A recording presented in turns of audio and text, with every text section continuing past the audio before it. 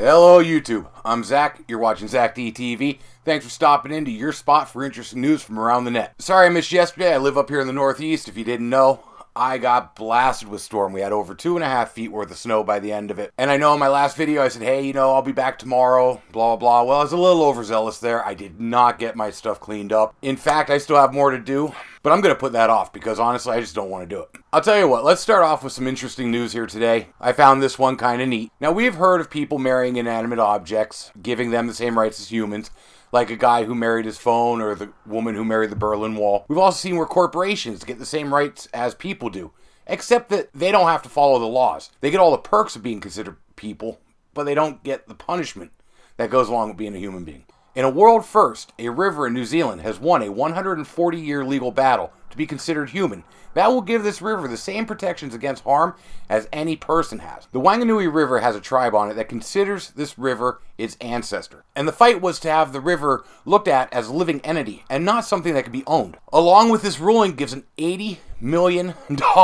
redress for various wrongs that have been done to the river. Think like a settlement you get from Walmart if you slipped and fell there or something. Plus they're getting another $30 million to help ensure the health of the river from now on. The treaty also calls for 2 people to be considered guardians, one from the tribe and one from the crown, to oversee this river's trust fund, if you will. I know, I can't make this stuff up. It's great, though. I'm glad to see our environment getting some protections that aren't usually afforded to it. Oh, real quick, this here is a snapshot from a video that I came across. Blew my mind. It's an Amtrak train coming into a station hot right after that snowfall the other day. Go ahead and check it out. I'll put a link in the description. You can see it for yourself. It's shot in slow-mo, so I really didn't want to run it here. Alright, to keep on keeping on. We have some real strange going-ons right now in the waters off South Africa. Scientists are reporting supergroups of humpback whales. They usually consider a large group of humpback whales to be between 7 and 10 whales. They have groups there now that are ranging from 20 to 200 whales. This phenomenon has been seen about 22 times now since 2011 to present. This is really odd for 2 main reasons. Number one is whales are generally solitary critters, and the other thing that makes this weird is that's their breeding ground. This time of year they should be down by Antarctica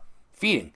They're not down there feeding, so they must be getting their food from somewhere else. Now, scientists really don't know why this is happening. They do say the humpback whale population has exploded since they've been put on the endangered species list. So maybe this is just something that we haven't seen yet because they've been hunted nearly to extinction at one point, and there's just more of them out there. Some theorize that there's more krill in that area now, so they don't have to go south in order to feed. Others say because of global warming, they can't find their way south because the currents are getting messed up.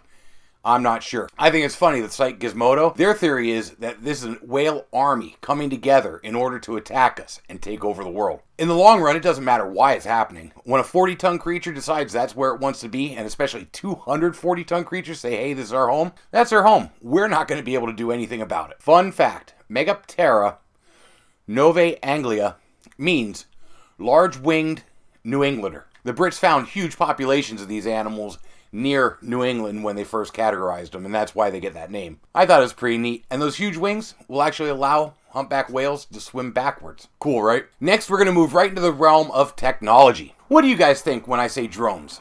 Probably like the little quadcopters or the flying drone cameras, or maybe you think like a Predator drone. Kalashnikov, the makers of that great AK-47, everybody seems to love as a weapon, things nearly indestructible. They think tanks. They already have a 7-ton RC tank called the Srotnik. It's capable of carrying 8 anti-tank missiles and a machine gun, and it can travel 25 miles an hour. This little guy can carry the arsenal of an attack chopper, and it's meant to back up ground infantry troops. It also has a little bit of like autonomous abilities as well to go out and scout an area and whatnot. Pretty neat, right? Well, now it's been said that they're working on a 20-ton behemoth tank. To put this in perspective, the M2 Bradley is a 30-ton tank, the Abrams is a 60-ton tank, and Britain uses a FV-150, which is only a 24-ton tank.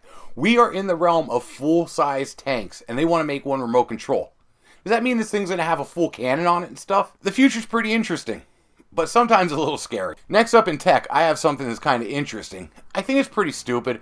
Let me know what you think in the comments down below. Visa Financial Services are prototyping sunglasses with an NFC chip in them. They want to make your sunglasses so you can preload them like a debit card and pay for stuff by just swiping your sunglasses at the credit card counter. They debuted them at South by Southwest the other day, and they actually came out to a pretty good reception. To me, it kind of looks like they glued an NFC chip to the arm on the frame of the glasses.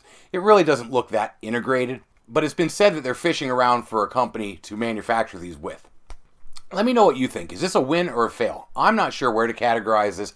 I know it doesn't seem like that good of an idea for after dark because you don't wear your sunglasses at night. And there's also already rings out there with an NFC chip in them, so you can link them to your phone and just scan your hand to pay. In fact, Visa gave a bunch of those out to athletes at the Rio Olympics. That seems like a much better idea to me. I know I'm banging out all sorts of stories here today, but I missed yesterday and I feel like I gotta catch up. There's a lot of neat stuff I thought in the news and I just missed too much of it. I promise I got 2 more stories for you, so hang in there and we'll get through this. Have you ever wondered if you could benefit from solar power? Project Sunroof by Google has put together data on 60 million United States homes to see if your area is a good area to put solar panels on your roof. It uses heat maps of the United States and figures out what's the best and worst areas. The number 1 spot it came up with is Houston, Texas, and New York City's in there too. I'm not sure why New York. I'm wondering if because it's based on heat, maybe New York City generates a lot more heat. Because where I'm at in Pennsylvania is listed as one of the worst spots for solar power. Of course, they don't have my exact house because they never do, but Pennsylvania in general, less than 60% of the state can get solar energy from their roofs. If you want to check it out, there's a link in the description. You can go ahead and see if your home is good for solar power. And for my last story of the day, I want to talk about some secret sauce. You like what I did there? Pretty clever, right? Avon Lake Public Library in Ohio has been finding empty bottles of A1 sauce hidden throughout the library. They have found 30 bottles since January 11th. All of them cleaned out real nice, labels off of them, but stashed in different spots, usually behind books at the end of an aisle, with just a cap sticking out so you can catch a glimpse of it. They have no clue who's doing this, of course. But it seems the librarians there look at it like it's a big mystery. They're actually having fun searching for these things and coming up with theories on why this is happening. They have found them in all the sections except the kids area, so whoever's doing it is being respectful. They don't want the kids to get their hands on glass bottles and stuff. So it all seems like it's just harmless fun and everybody's rolling with it. I wish I could come up with something that creative to do. With that, I'm going to wrap it up for the day. I just blew out, 7 stories at you real quick, and I think that's enough for both of us. Remember, if you like what I do, share me with your friends. Get me out there. It'll really help my channel grow. Subscribe if you haven't already. I try to be here Monday through Friday. You guys be safe, and I'll see you tomorrow.